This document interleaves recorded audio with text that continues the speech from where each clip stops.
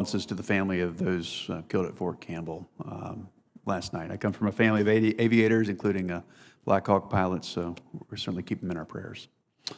Secretary Wormuth, quality of life is a major factor in retaining soldiers and their families, as you know. The Army is investing to replace barracks and build a new child development center at Fort Bragg in my home state in North Carolina.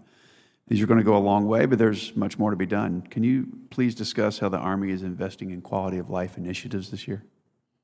Certainly, Senator. One important quality of life investment we're doing is barracks, both building new ones, as you said, and renovating ones that we have. So we've got about $1 billion in this year's budget for barracks across active guard and reserve. And we're going to keep that kind of investment until 2030 to really try to get after our entire inventory. And in fact, General McConville and I are looking at, can we find a way to invest even more in barracks?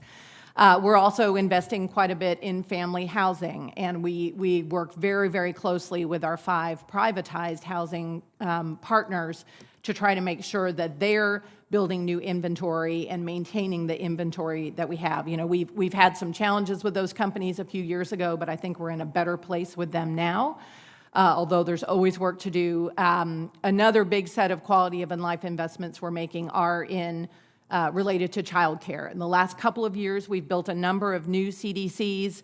What we're really focusing on this year is trying to make sure that we're staffing our CDCs at the highest level possible so we can operate at maximum capacity. So we've raised the minimum wage for our daycare workers. We've raised the fee assistance for our soldiers from $1,500 a month to $1,700 a month.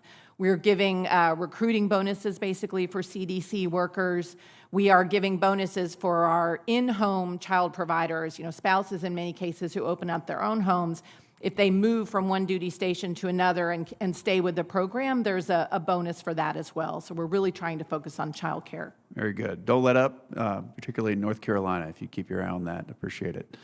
General McConville, are the Army and the Marine Corps, are they interoperable in the Indo-PACOM theater? I believe so. I think we work very closely together. We've done what we call Project Convergence, is where we're bringing together the forces. We're all, trying to get to the point where we have a combined joint all-domain command and control capability. And, I know at the Commandant and the Chief level, we work very closely. They're training together out there. We're sharing capabilities. And quite frankly, there's plenty of work for everybody out there. So you mentioned their capabilities, but how do their missions and their capabilities differ, and how are they mutually supportive?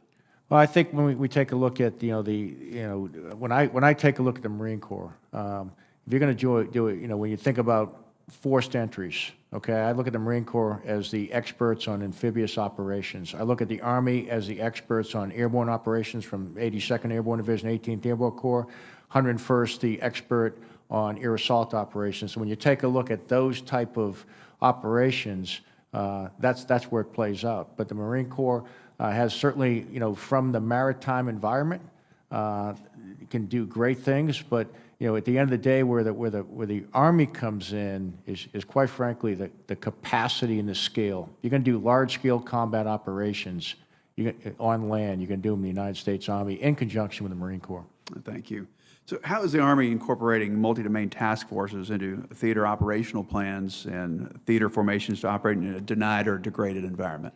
Yeah, I think we're going to see the multi-domain task force being in tremendous demand by all our combatant commanders. Quite frankly, it already is. We're seeing some of the value, and I can talk a little more about that in a classified session of what they're doing. But when you think about what they exist to do, is they provide long-range precision fires. So you're going to see hypersonics, you're going to see mid-range capability to sink ships. PRISM can do that. But they also provide long-range precision effects. So they're in intelligence, they're in information operations, they do cyber, they do electronic warfare in space, and you can also bolt in air and missile defense. So when you start thinking about the ability to assist in maybe a no-fly zone from the ground, we can assist in that because we'll have integrated air and missile defense. If you think about maybe you want to have a no-sail zone or assist in that, because we're going to have anti-ship capability, anti-access capability, that organization will play very well into that.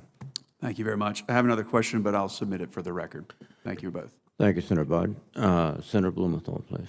Thanks, Mr. Chairman. Thank you both for your very articulate and informative testimony today, and I join in